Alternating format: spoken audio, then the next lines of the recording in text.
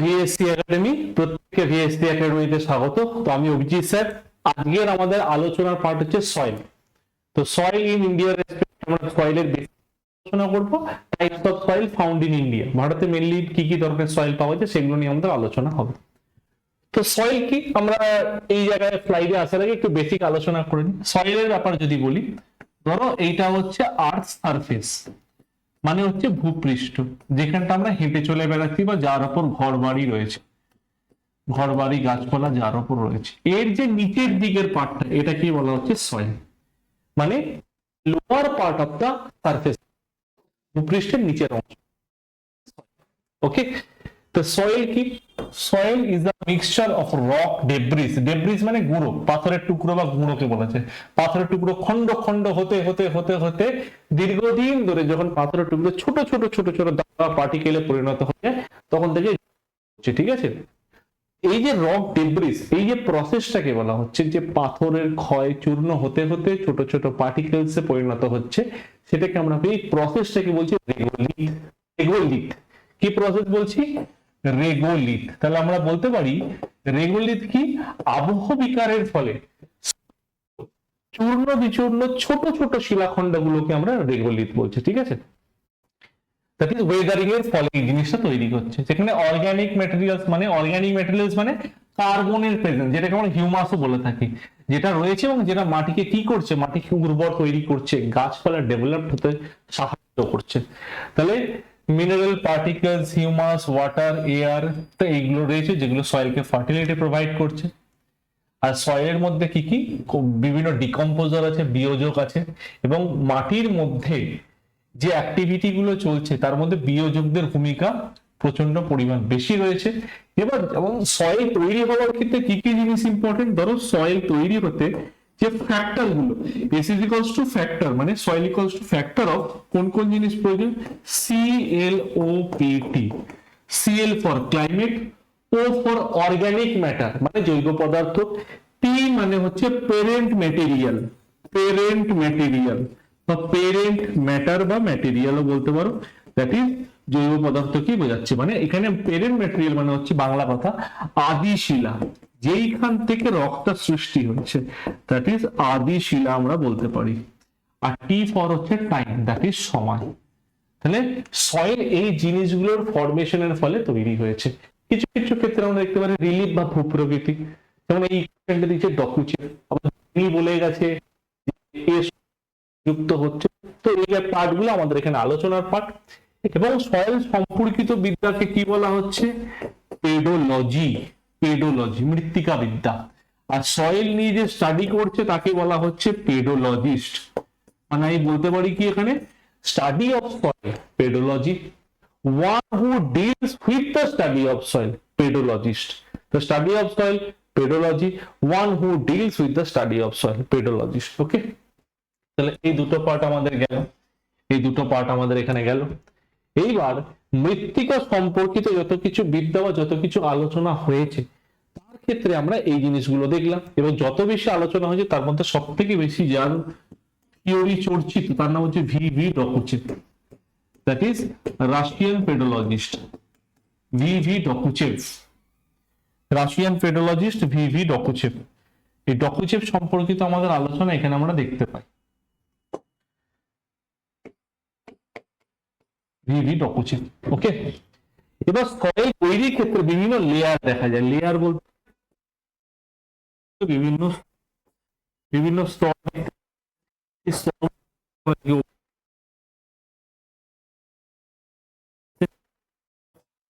Layer কি? ও এ, এই 6টা লেয়ার দেখতে পাওয়া যায় মাটির মধ্যে। সাধারণত 6টা স্তর দেখতে পাওয়া যায়, OAEBCR। আমরা একদম উপরের লেয়ারে বসবাস করছি, কিন্তু যেখানে গাছপালা গড়ে উঠছে উপরের লেয়ারে, পাতলা লেয়ার, একদম পাতলা স্তর, OAEBCR। বলতে এখানে আমরা এটাকে বলছি organic layer. Organic layer. A মানে হচ্ছে টপ সয়েল, টপ সয়েল।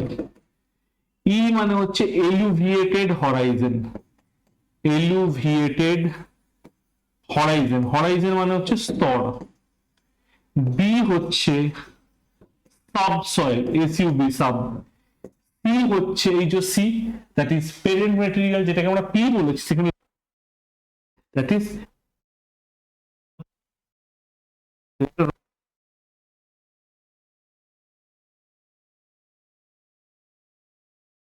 নামগুলো আমরা বললাম, তোমরা চেষ্টা করো লেয়ারের সিকোয়েন্সটাকে মাথায় রাখার। ও এ ই বি সি আর, যত নিচের দিকে যাব সয়েলের লেয়ারের থিকনেস বাড়বে আস্তে আস্তে, এবং লেয়ারটা সয়েল থেকে আস্তে আস্তে দেখি হার্ডার হার্ডেস্ট হতে থাকবে, মানে সব থেকে হার্ডেস্ট লেয়ার কোনটা? আর এটা কিন্তু সয়েল নয়, এটা রক, কিন্তু বেড রক, পেরেন্ট রক, এগুলো কিন্তু সয়েল নয়, এগুলো রক।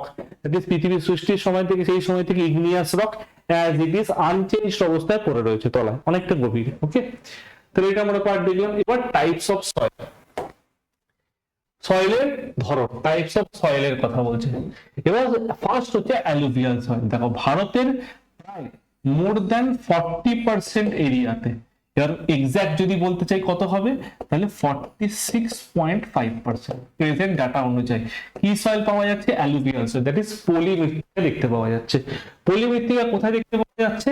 যদি বলি আমরা Punjab, Haryana, UP, MP, Bihar, West Bengal, মানে নদী সংলগ্ন অঞ্চলে, যেখানে নদী বয়ে চলেছে, নদী যখন যাচ্ছে তার সঙ্গে কি ক্যারি করছে? তার সঙ্গে সেডিমেন্টস ক্যারি করছে, পলি ক্যারি করছে, এবং নদীর দুপাশে এবং নদীর তলদেশে, both side of the river, river ব্যাংকে আর নদীর লোয়ার পার্টে, লোয়ার পার্ট মানে রিভার বেডে, ওটা আস্তে আস্তে স্টোর করছে। কম্পোজিশনে কি বলছে? এই মাটিটা দেখা যাচ্ছে rich in lime and potash. আর রিচ মানে কি? বেশি পরিমাণে আছে। এই মাটিতে কি বেশি পরিমাণে? লাইম আর পটাশ বেশি আছে। আর কম আছে কি? Phosphorus and humus. এই মাটিতে ফসফরাস আর হিউমাসের পরিমাণ কম আছে, কিন্তু এই মাটিতে হিউমাসের পরিমাণ কিছুটা কম হলো অর্গানিক ম্যাটার কিন্তু দেখতে পাওয়া যায়, অর্গানিক ম্যাটার কিন্তু দেখতে পাওয়া যায়, জৈব পদার্থ। তাহলে কি বলছে? ফরমেশন কিভাবে তৈরি হচ্ছে? Silt brought by the river. Silt বলতে এখানে পলির দানা বা কাদার ছোট ছোট দানাগুলোকে বোঝাচ্ছে। সিল্ট কর্দমাক্ত বোঝাচ্ছে সিল্ট, নদী বয়ে আনছে। তাহলে ক্যারেক্টার কি দাঁড়াচ্ছে?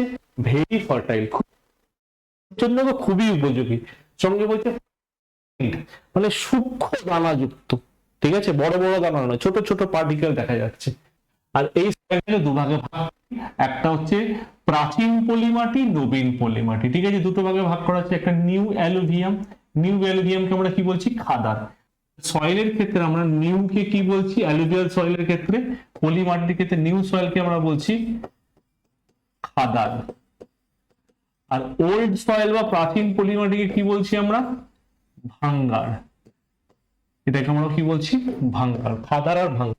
নবীন পলিমাটি, প্রাচীন পলিমাটি। খাদার সাধারণত নদী যেখানে বয়ে চলেছে তার আশেপাশের অঞ্চলে দেখতে পাওয়া যাচ্ছে, আর ভাঙ্গার নদী দূরবর্তী অঞ্চলে, নদী থেকে, মানে যখনই খাদার অঞ্চল যাবে, আর নদী থেকে দূরে যে অঞ্চলটা ভাঙ্গার, সেটা পরে ফ্লাডেড হতে পারে, আবার নাও হতে পারে। অত দূরে যদি জল না যায় ফ্লাডেড নাও হতে পারে। নদীর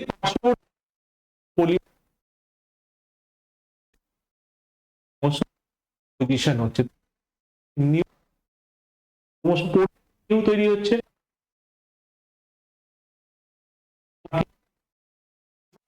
খাদার সয়েল উর্বর বেশি, ভেরি ফার্টাইল, আর ভাঙ্গা হচ্ছে সেমি ফার্টাইল, মধ্যম প্রকৃতির উর্বর।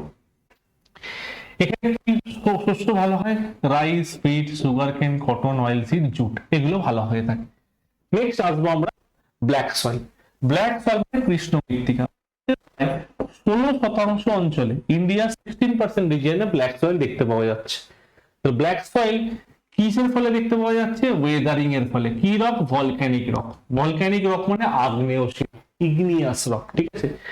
ব্ল্যাক সয়েল যে দেখতে পাওয়া যাচ্ছে তার পিছনে কোন গুরুত্বপূর্ণ ভূমিকা রয়েছে? এখানে আমরা মেইনলি বলতে পারি ইগনিয়াস রক, ইগনিয়াস রকের ভূমিকা রয়েছে ব্ল্যাক সয়েলে। তাহলে এই ব্ল্যাক সয়েলে কি দেখা যায়? Rich in lime. তাহলে রিচ মানে বেশি পরিমাণে রয়েছে, সমৃদ্ধ। লাইম মানে চুন, অ্যালুমিনিয়াম, ক্যালসিয়াম, পটাশ, এগুলো বেশি পরিমাণে রয়েছে। Iron, magnesium. আর কম কি আছে? নাইট্রোজেন, হিউমাস, এই দুটো কম রয়েছে। নাইট্রোজেন, হিউমাস কম থাকার জন্য এই মাটি খুব একটা ফার্টাইল নয়, কিন্তু মধ্যম প্রকৃতির ফার্টাইল। এই মাটি কটনের জন্য বা তুলা চাষের জন্য আইডিয়াল। কেন আসবো?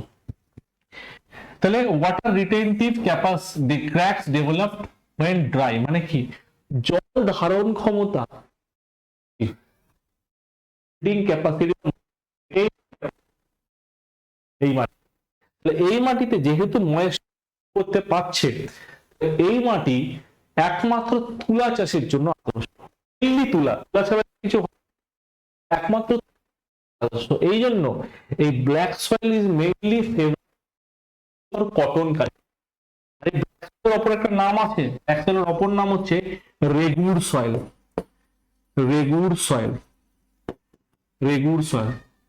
আর এই ব্ল্যাক সয়েলে যেহেতু কটন চাষ ভালো হয়, তাই এটাকে আমরা কি বলি, black cotton soil, black cotton soil. ঠিক আছে, আমরা বলতে পারবো। কোথায় পাওয়া যাচ্ছে? যেখানে ডেকান ট্র্যাপ রিজিয়ন, দাক্ষিণাত্যের লাভা মালভূমি অঞ্চল।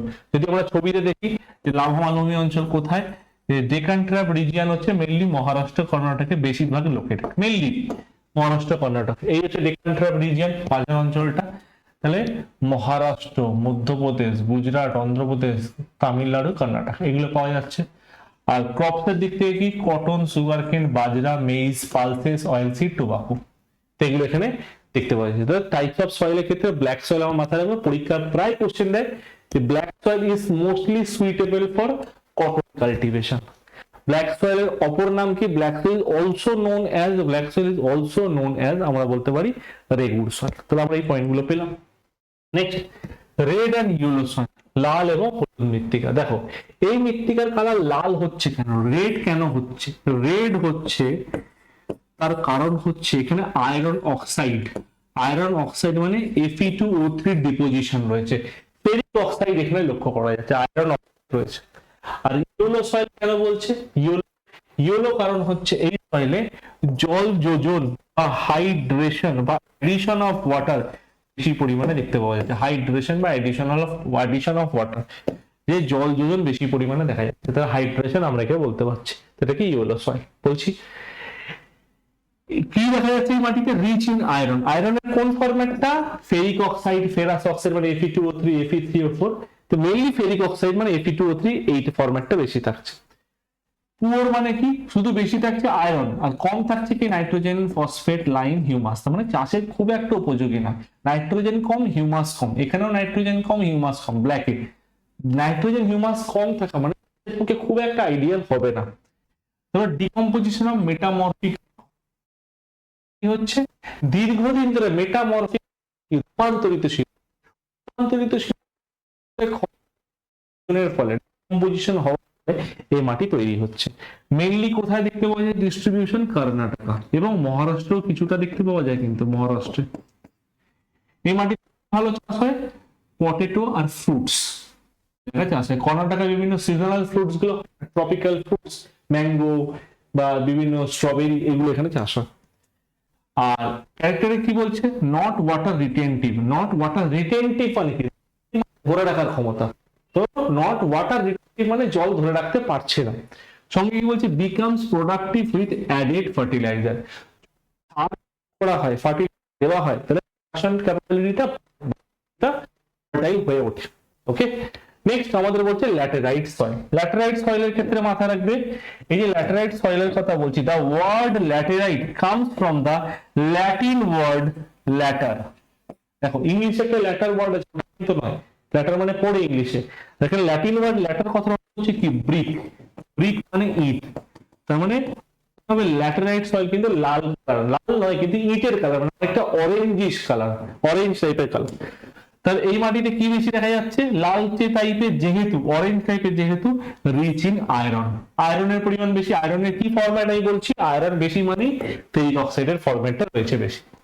পুয়ার ইন লাইম, চুন, ফসফরাস, ক্যালসিয়াম, নাইট্রোজেন কম। তাহলে এই মাটিতে কি ভালো চাষ হয়? রাবার ভালো চাষ হয়।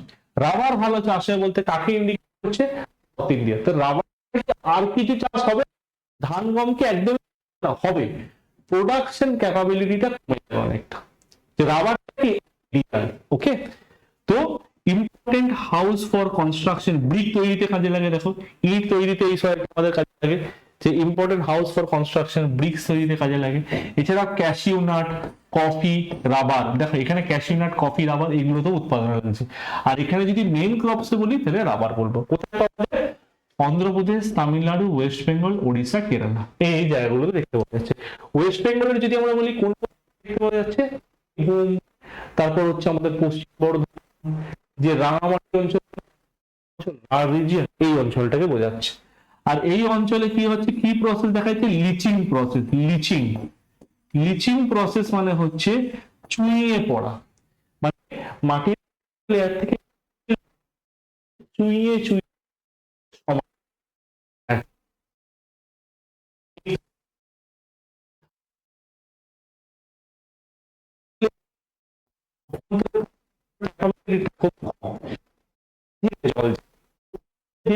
বলা যায়। তার মানে কি লিচিং প্রসেসটা কি খুব স্লো। এবং এই যে যত মাটিটা যদি খুঁড়ি, যত তলার দিকে যাব, আমি কি দেখতে পাবো, মাটিটা খুঁড়ে তলার দিকে উপরের যে মাটিতে কালারটা হালকা, দ্যাট ইজ অরেঞ্জ কালার।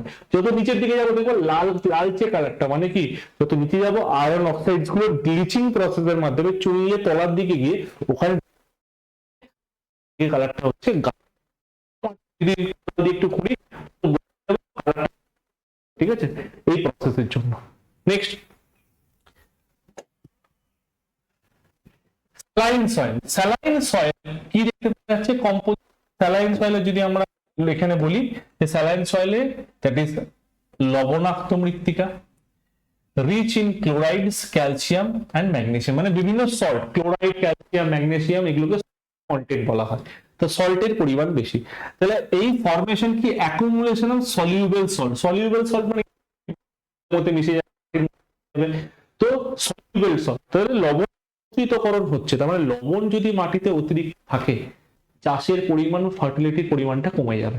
আমরা বুঝতে পারছি লবণের যদি মাটিতে বেশি থাকে চাষবাস খুব একটা ভালো হবে না। তার মানে কি, তাহলে ক্যারেক্টারিস্টিক কি বলছে, আনপ্রোডাক্টিভ সয়েল, উৎপাদনের জন্য আদর্শ নয়। ক্রপসে কি বলছে, বার্সিম, ধানিচা, লেগুমিনাস ক্রপ মেইনলি পাওয়া যাচ্ছে কোথায়, পাঞ্জাব, হরিয়ানা। আর এই মাটিতে যদি জিপসাম অ্যাড করা হয় তাহলে কিছুটা ফার্টিলিটি ডেভেলপ করা হয়, করা হয় না, তো খুব একটা ম্যাসিভ হয়ে ওঠে না। ডিস্ট্রিবিউশন কোথায়, বিহার, ইউপি, হরিয়ানা, পাঞ্জাব, রাজস্থান, মহারাষ্ট্র, এই জায়গাগুলোতে দেখতে পাওয়া যাচ্ছে। মানে পিএইচ এর মাত্রাটা একটু হাই থাকে, অ্যাসিডিক সয়েল হয়ে থাকে, ঠিক আছে। আর এই যে স্যালাইন সয়েল দেখছি, এই স্যালাইন সয়েলের বিভিন্ন নাম আছে, কি কি, রে, কালার, উষার, থুর, কাল, এই স্যালাইন বা অ্যালকালাইন সয়েল যেটা আম্লিক ক্ষারীয় মৃত্তিকা, পিএইচ এর শুধু পার্থক্য, পিএইচ লেভেলে লেস দ্যান 7, মোর দ্যান 7। তো রে, কালার, উষার, থুর, কালচোপান, এর বিভিন্ন রিজিয়ন, ঠিক আছে, এই সয়েলটা। আর লাস্ট পার্টে যদি আমরা বলি ফরেস্ট সয়েল, যেটা ফরেস্ট সয়েল বলতে আমরা যেটা পাহাড়ি এলাকায় মৃত্তিকা, ঠিক আছে, তো সেই যখন মৃত্তিকা আমরা বলতে পারি এগুলো কি পাহাড়ি এলাকার মৃত্তিকায় হিউমাস বেশি, কেন গাছের পাতা প্রাণী জৈব মলমূত্র বিভিন্ন দেখা যাচ্ছে, তাহলে হিউমাস বেশি। আর অর্গানিক ম্যাটারটা কম, পুওর ইন অর্গানিক ম্যাটার। আর ডিকম্পোজিশন অফ পটাশ, ফসফরাস আর লাইম, মানে পটাশ, ফসফরাস আর লাইমের নিয়োজিত হচ্ছে, মানে মাটিতে বিভিন্ন ডিকম্পোজ ব্যাকটেরিয়া বা নাইট্রোজেন, ধরো অ্যাজিটোব্যাক্টর, ক্লস্ট্রিডিয়াম, রাইজোবিয়াম, এটা কি করছে, ডিকম্পোজ করছে, বিয়োজিত করছে, ঠিক আছে। তাহলে হিউমাসের পরিমাণটা বাড়ছে বিয়োজনের মাধ্যমে।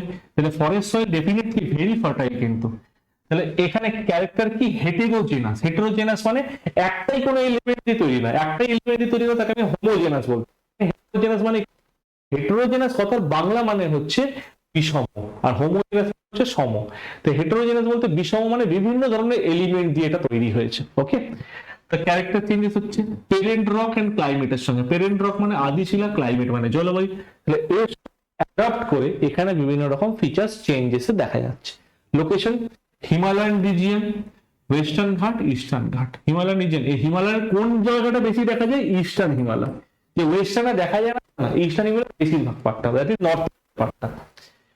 আর crops, temperate fruits, spices, tea and coffee, এই জায়গাগুলো দেখতে পাওয়া যাচ্ছে। এগুলো কম বেশি পরিমাণে হয়ে থাকে ফরেস্ট সয়েল। এক কোশ্চেন এখানে আমাদের খুব বেশি কাজে লাগে, যে ফরেস্ট রিসার্চ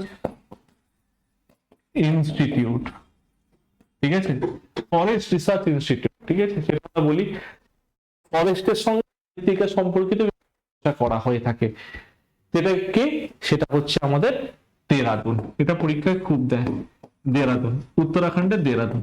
এবং এটা কার আন্ডারে রয়েছে? এটা আইসিএআর এর আন্ডারে রয়েছে। আইসিএআর মানে Indian Council of Agricultural Research, New দিল্লিতে হেডকোয়ার্টার। তো আইসিএআর এর আন্ডারে রয়েছে Indian Council of Agricultural Research, কার আন্ডারে রয়েছে হচ্ছে দেরাদুন, মানে ফরেস্ট রিসার্চ ইনস্টিটিউট। ফরেস্ট নয় কিন্তু, ফরেস্টকে রিসার্চ করতে গেলে কোন ধরনের সয়েলের জন্য সুইটেবল সেটাও আমায় কিন্তু বুঝতে হবে। সয়েলটাকে এখানে কিন্তু মানে সয়েল, ওকে। তো এইগুলো আমাদের মেন সয়েলের পার্ট হলো। আই হোপ প্রত্যেকের ক্লিয়ার, এবং পরবর্তী দিনে আমরা নতুন কোনো টপিক নিয়ে আলোচনা করব। টিল দেন সকল থ্যাংক ইউ, ধন্যবাদ।